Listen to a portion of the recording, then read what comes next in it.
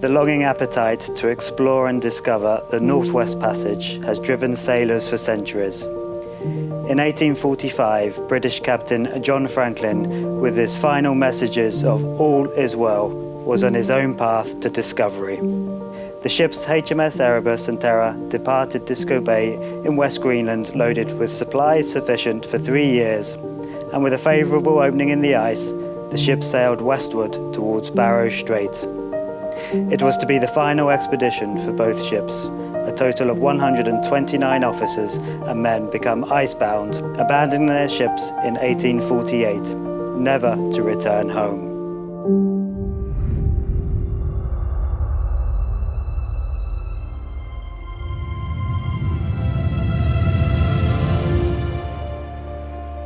We depart Greenland and sail westwards on Seabourn's very first voyage through the Northwest Passage. I repeat those remarkable words: all is well. As captain, it is my honour and privilege with my team to bring you to those very same waters, learning and discovering the history and stories whilst embracing the wilderness and wildlife the Northwest Passage offers. Thank you for choosing Seabourn Venture, your home away from home.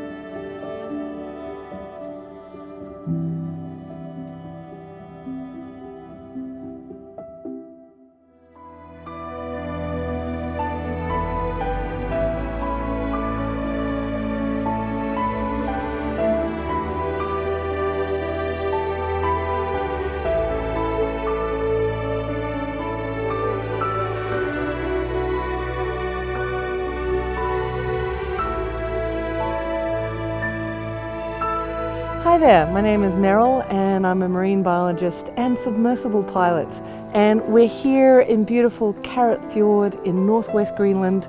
Incredible icebergs all around, fabulous geology, and you can hear the ice just sort of effervescing, little bubbles of oxygen, 10,000-year-old air essentially. Behind us, out of sight, is the immense Greenland ice sheet, approximately 2 miles thick. And of course, ice oozing down off this ice sheet in the thousands of years past carved out these very fjords in which we are right now. Magical place to be.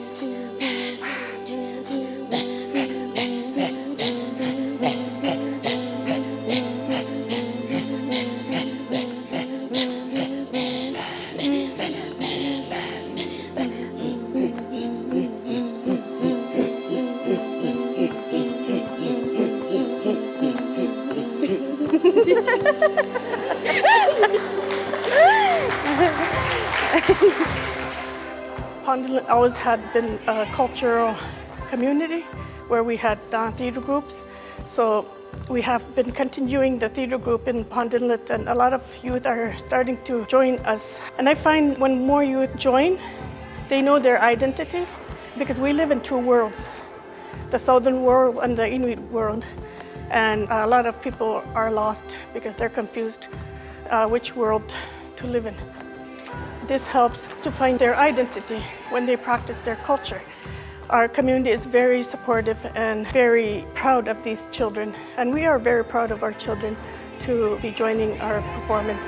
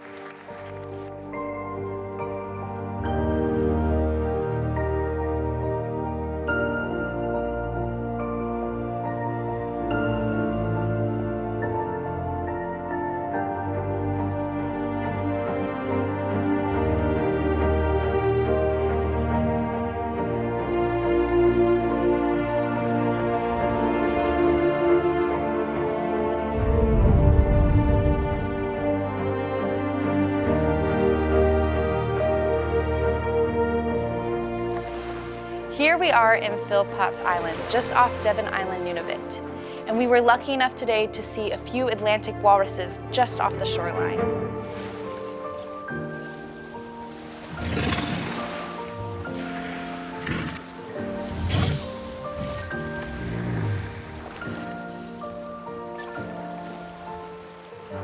The male walruses can weigh up to a ton, and they have a lot of fat. In fact, 24% of their body can be adipose tissue. They are opportunistic feeders, eating everything from crustaceans to mollusks, and they can end up consuming 3,000 to 6,000 mussels in a day.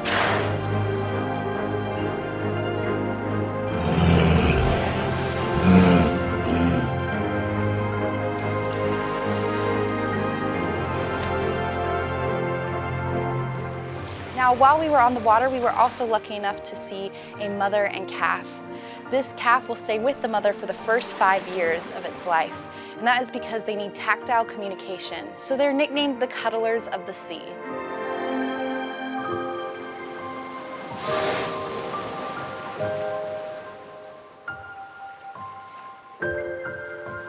It's a wonderful day out on the water, and we were glad that we were able to see such amazing creatures.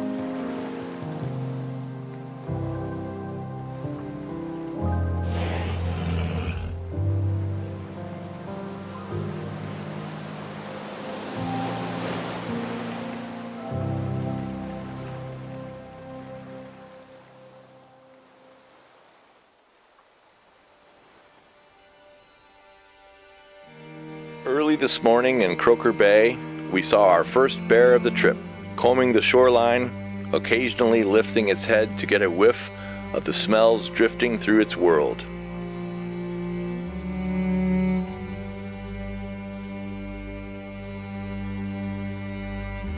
Besides females staying near their denning sites, polar bears don't have a set territory.